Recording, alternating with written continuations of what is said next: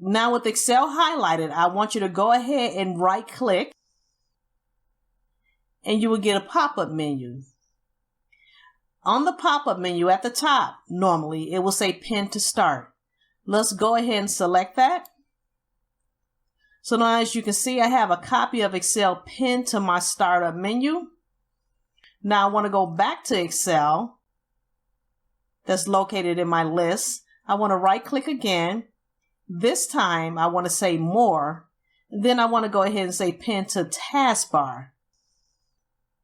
So now you can see I have a copy of Excel in my startup menu, and I also have a copy on my taskbar.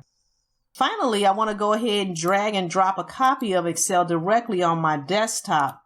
So we're going to do this almost the same way. We're going to go ahead and hit the Windows icon and locate Excel again. This time we're going to left click and hold the button down. And then we're just going to simply just drag a copy to our desktop and drop it right where it's at.